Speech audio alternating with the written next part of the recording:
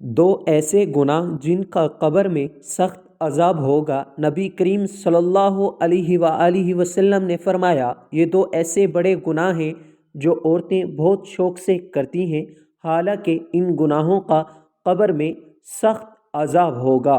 وہ گناہ یہ ہیں: بسم اللہ الرحمن الرحیم۔ قبر وہ جگہ ہے جہاں انسان اپنے عملوں کے ساتھ اکیلا رہ جاتا ہے۔ دنیا کے دوست رشتے سب چند قدم ساتھ جاتے ہیں، مگر قبر میں صرف نیکیاں یا گناہ ہی ساتھی بنتے ہیں۔ اگر گناہ زیادہ ہوں تو قبر تنگ اور اندھیری ہو جاتی ہے۔ ایک شخص کے بارے میں آتا ہے کہ جب اسے دفنایا گیا تو اس کے چہرے پر خوف اور گھبراہٹ کے آثار نمایاں تھے۔ لوگ چلے گئے اور قبر میں پہلی رات شروع ہوئی۔ جیسے ہی اندھیرا پھیلا تو قبر کے دروازے بند ہو گئے اور تہ زمین ایک خاموشی چھا گئی۔ اچانک قدموں کی آواز آئی۔ دو فرشتے قبر میں آئے اور اس سے سوال کیا۔ پہلا سوال تھا، تیرے رب کا نام کیا ہے؟ مگر اس کی زبان بوجھل ہو گئی۔ دنیا میں وہ اللہ کا ذکر کم کرتا تھا، اس لیے قبر میں اس کا دل ڈر سے بند ہوتا گیا اور زبان جواب نہ دے سکی۔ پھر پوچھا گیا، تیرے دین کا نام کیا ہے؟ لیکن جو نماز سے غافل رہا ہو، قرآن سے دور رہا ہو، وہ قبر میں جواب کیسے دے گا؟ اس کی زبان پر پھر خاموشی رہی۔ تیسرا سوال آیا، نبی کون ہے؟ مگر گناہوں کا بوجھ اتنا تھا کہ اسے اپنا نبی بھی یاد نہ آیا۔ فرشتوں کے جانے کے بعد قبر اس پر تنگ ہونے لگی۔ زمین دونوں طرف سے سکڑ کر پسلیاں ایک دوسرے میں پیوست ہونے لگی۔ اس کے گناہ شکلیں بنا کر اس پر مسلط ہونے لگے۔ غیبت کی صورت سایہ بن کر چہرے پر بیٹھ گئی۔ جھوٹ آگ کے شعلوں کی طرح اس کے ارد گرد بھڑکنے لگا۔ حرام کمائی سانپوں اور بچھوؤں کی شکل میں اسے ڈسنے لگے۔ نمازیں جنہیں وہ چھوڑ دیتا تھا اندھیری بد روحوں کی طرح اس کے گرد گھومنے لگی۔ قبر کی رات لمبی ہو گئی اور اس کے لیے ایک ایک لمحہ عذاب بن گیا۔ اسے احساس ہوا کہ دنیا میں گناہوں کو معمولی سمجھنا اصل تباہی ہے۔ قبر میں نہ سفارش ہوتی ہے، نہ کوئی بہانہ چلتا ہے، صرف اعمال کام آتے ہیں۔ اس لیے انسان کو چاہیے کہ وہ اپنے گناہوں سے توبہ کرے، اللہ کا ذکر کرے، نماز کو مضبوطی سے قائم کرے، حلال کمائی کمائے، دل کو نرم رکھے اور نیکیوں کی طرف دوڑنے والا بن جائے، کیونکہ قبر میں صرف روشنی، صرف آسانی اور صرف سکون نیک لوگوں کے لیے ہوتا ہے۔ ایک گاؤں میں ایک آدمی رہتا تھا جو زبان سے تو نرم تھا مگر دل میں سخت تھا۔ وہ لوگوں کی چیزیں دبا لیتا، کمزوروں پر ظلم کرتا، نماز میں سستی کرتا اور گناہوں کو معمولی سمجھتا تھا۔ کئی بار لوگوں نے اسے سمجھایا مگر وہ ہنس کر ٹال دیتا اور کہتا کہ ابھی تو بہت زندگی پڑی ہے۔ ایک دن وہ اچانک بیمار ہوا۔ بیماری اتنی شدید تھی کہ چند دنوں میں اس کی حالت بگڑ گئی۔ جب موت کے آثار ظاہر ہوئے تو اس کے گھر والوں نے اس کے قریب بیٹھ کر کلمہ پڑھنے کو کہا، مگر اس کی زبان لڑکھڑانے لگی۔ اس نے آنکھیں کھول کر کہا کہ مجھے ایک عجیب سا بوجھ اپنے سینے پر محسوس ہو رہا ہے، جیسے کوئی میرے اوپر بیٹھ گیا ہو۔ پھر اس نے کہا کہ کمر کے پیچھے سے کوئی مجھے گھسیٹ رہا ہے، مگر میں ہل نہیں سکتا۔ موت کے بعد اسے قبر میں دفن کر دیا گیا۔ جب لوگ واپس جا رہے تھے تو قبر سے ایک آواز آئی، جیسے کوئی پتھر ٹوٹ کر گر رہا ہو۔ پاس کھڑے ایک بزرگ نے کہا کہ یہ قبر کے بند ہونے کی آواز نہیں بلکہ اس کے اعمال کے دباؤ کی آواز ہے۔ رات ہوئی اور قبر میں اندھیرا پھیل گیا۔ روایت میں آتا ہے کہ جب فرشتے اس سے سوال کرنے آئے تو اسے اپنے رب کا نام یاد نہ آیا۔ پھر پوچھا گیا، دین کیا ہے؟ مگر زبان بند ہو گئی۔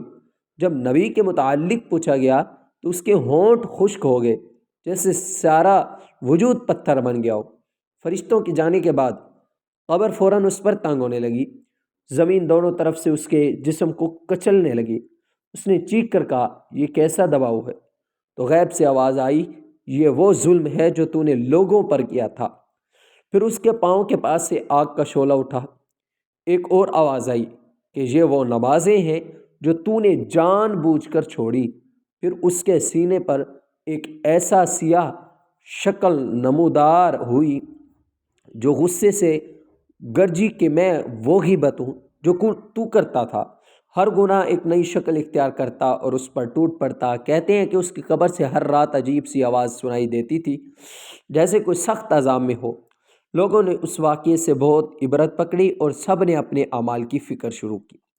اس گاؤں کے کئی لوگوں نے توبہ کی، بعض نے حرام کمائی چھوڑ دی، بعض نے نماز کی پابندی شروع کر دی، کیونکہ انہوں نے اپنی آنکھوں سے دیکھا کہ قبر گناہوں کو معاف کبھی بھی کسی حالت میں نہیں کرتی۔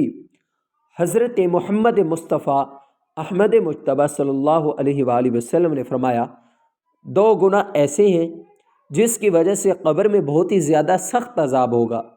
وہ گناہ کون سے ہیں؟ جاننے کے لیے اس ویڈیو کو آخر تک ضرور دیکھیے گا۔ انسان گناہوں کا پتلا ہے، اس سے ہر وقت چھوٹے بڑے گناہ سرزد ہوتے رہتے ہیں۔ بڑا سے بڑا متقی اور پرہیزگار شخص اس بات کا دعویٰ نہیں کر سکتا کہ وہ گناہوں سے بالکل پاک ہے یا اس سے کبھی کسی گناہ کا ارتکاب نہیں ہوا ہے۔ لیکن ایک مومن اور غیر مومن میں فرق یہ ہے کہ مومن جب کسی گناہ کا مرتکب ہوتا ہے تو وہ فوراً اپنے رب کی جانب پلٹتا ہے اور اس سے مغفرت طلب کرتا ہے، جبکہ غیر مومن ایسا کبھی نہیں کرتا۔ اس کو حضرت عبداللہ ابن مسعود رضی اللہ تعالیٰ عنہ نے اس طرح سے فرمایا ہے، مومن اپنے گناہوں کو یوں دیکھتا ہے جیسے وہ ایک پہاڑ کے دامن میں بیٹھا ہو اور ڈرتا ہو کہ اس پر گر نہ پڑے، اور فاجر اپنے گناہوں کو ایسے دیکھتا ہے کہ گویا ایک مکھی تھی جو اس کی ناک پر بیٹھ گئی تھی اور جسے اس نے ہاتھ ہلا کر اڑا دیا۔ تو گناہ ہوتا ہے، چاہے چھوٹا ہو یا چاہے بڑا، لیکن دو گناہ ایسے ہیں جس کی وجہ سے آپ کو قبر میں سخت عذاب ہوگا۔ وہ کون سے ہیں ہم آپ کو اس ویڈیو میں بتائیں گے۔ ہمارے پیارے نبی حضرت محمد مصطفیٰ صلی اللہ علیہ وآلہ وسلم نے ارشاد فرمایا کہ وہ ایک قبر کے قریب سے گزرے، دو قبریں تھیں۔ آپ صلی اللہ علیہ وآلہ وسلم نے فرمایا کہ ان دونوں میں عذاب قبر ہو رہا ہے۔ آپ صلی اللہ علیہ وآلہ وسلم نے فرمایا، ایسا گناہ نہیں جس کو لوگ بڑا سمجھتے ہیں، بلکہ ایسا گناہ ہے جو کہ بہت چھوٹا سمجھا جاتا ہے، اور اس گناہ کی وجہ سے ان کو عذاب قبر ہو رہا ہے۔ ناظرین، اللہ پاک کبھی بھی انسان کو صغیرہ گناہ کرنے پر آگ کا عذاب نہیں دیتے۔ تو حدیث شریف میں آتا ہے کہ بڑے گناہ کی وجہ سے نہیں ہو رہا، چھوٹے گناہ کی وجہ سے ہو رہا ہے، بلکہ ایسا بڑا جس کو لوگ بڑا سمجھتے ہیں۔ تبھی آگے حدیث میں آیا کہ خبردار یہ بہت بڑے دو گناہ ہیں۔ ناظرین، ہماری یہ غلط فہمی ہے، بعض اوقات بہت سے گناہوں کو ہلکا سمجھتے ہیں، لیکن اللہ کی نظر میں دو گناہ بڑے ہوتے ہیں۔ ہم بڑا سمجھتے ہیں، زنا کو یقیناً بڑا گناہ ہے، ہم بڑا سمجھتے ہیں۔ شراب کو یقیناً یہ بہت بڑا گناہ ہے، ہم بڑا سمجھتے ہیں۔ قتل کرنے کو یقیناً یہ بہت بڑا گناہ ہے۔ نماز قضا کرنا بہت بڑا گناہ ہے۔ شرک کرنا، والدین کو اذیت دینا۔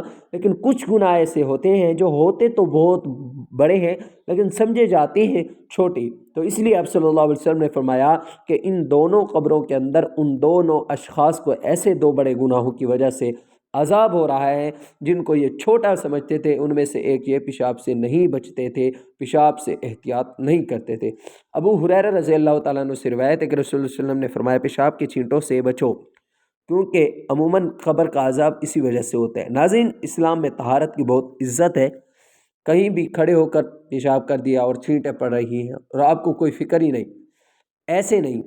رسول پاک صلی اللہ علیہ وآلہ وسلم نے ارشاد فرمایا کہ ان کو، یعنی ایک شخص کو عذاب کیوں ہو رہا ہے، یعنی پیشاب سے بے احتیاطی کی وجہ سے۔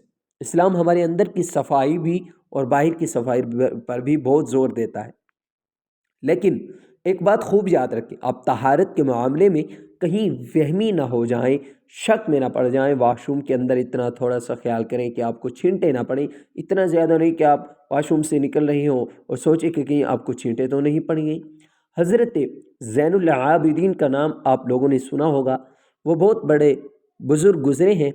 وہ کیا کرتے تھے کہ حضرت حسین جب کربلا میں شہید ہوئے تو ان کی نگینہ اولاد میں صرف وہی بچے تھے، تو وہ احتیاط کی وجہ سے جب انہوں نے پیشاب کے بارے میں حدیثیں سنی تو ایک بوتل رکھتے تھے، جب بھی پیشاب کرتے اس بوتل کے اندر کیا کرتے تاکہ پیشاب کی چھینٹیں نہ پڑیں۔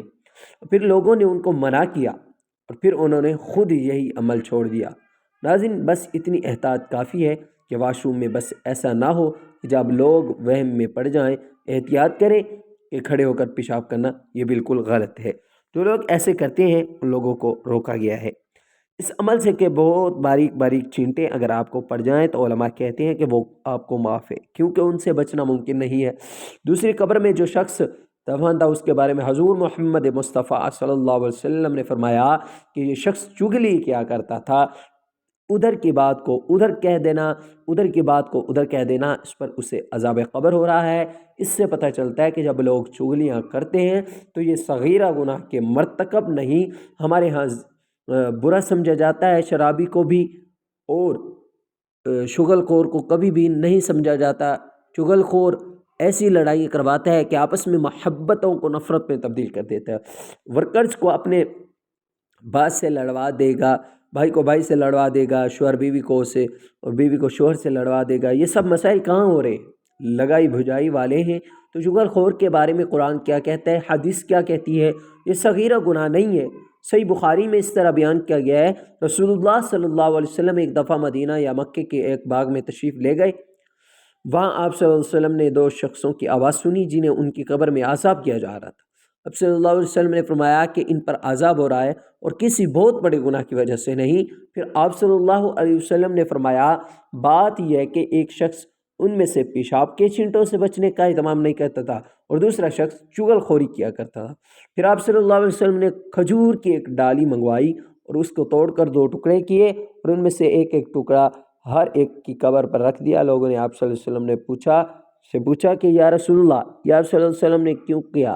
آپ صلی اللہ علیہ وسلم نے فرمایا اس لیے کہ جب تک یہ ڈالیاں خشک ہوں شاید اس وقت تک ان پر عذاب کم ہو جائے۔ نبی کریم صلی اللہ علیہ وسلم کے بعد صحابہ کرام کے دور میں رفتہ رفتہ جب امت مسلمہ کا زوال شروع ہوا تو بعض گناہوں کو چھوٹا اور کم تر سمجھ کر نظر انداز کیا جانے لگا۔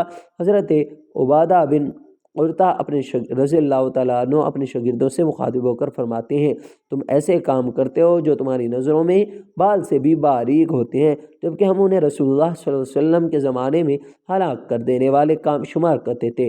آج ہماری یہ حالت ہے کہ ہم برابر چھوٹے بڑے گناہوں کرتے رہتے ہیں لیکن اس کو گناہ نہیں سمجھتے یا بہت معمولی گناہ سمجھ کر نظر انداز کر دیتے ہیں، جیسے آفس کی چیزوں کو خواہ وہ کتنی معمولی ہی کیوں نہ ہو ذاتی سمجھ کر استعمال کرنا خیانت اور گناہ سے، لیکن ہم میں سے اکثر لوگ ایسا کرتے ہیں۔ ایسا اس لیے ہوتا ہے کہ ہمارے دلوں سے اللہ تعالیٰ پر یقین، جزا و سزا و احساس اور حلال و حرام کی تمیز نکل چکی ہے۔ ایسی بہت سی احادیث پائی جاتی ہیں جس سے متعلق تو ہمیں بچنا چاہیے چغل خوری سے اور کھڑے ہو کر پیشاب کرنے سے۔ میرے اللہ سے دعا ہے کہ اللہ پاک مجھے اور آپ سب کو جو ہم نے کہا اور سنا ہے اس پر عمل کرنے کی توفیق عطا فرمائے، آمین یا رب العالمین۔ ناظرین کمنٹ باکس میں اللہ تعالیٰ کے 99 ناموں میں سے کوئی ایک نام ضرور ٹائپ کریں۔ شکریہ، جزاک اللہ۔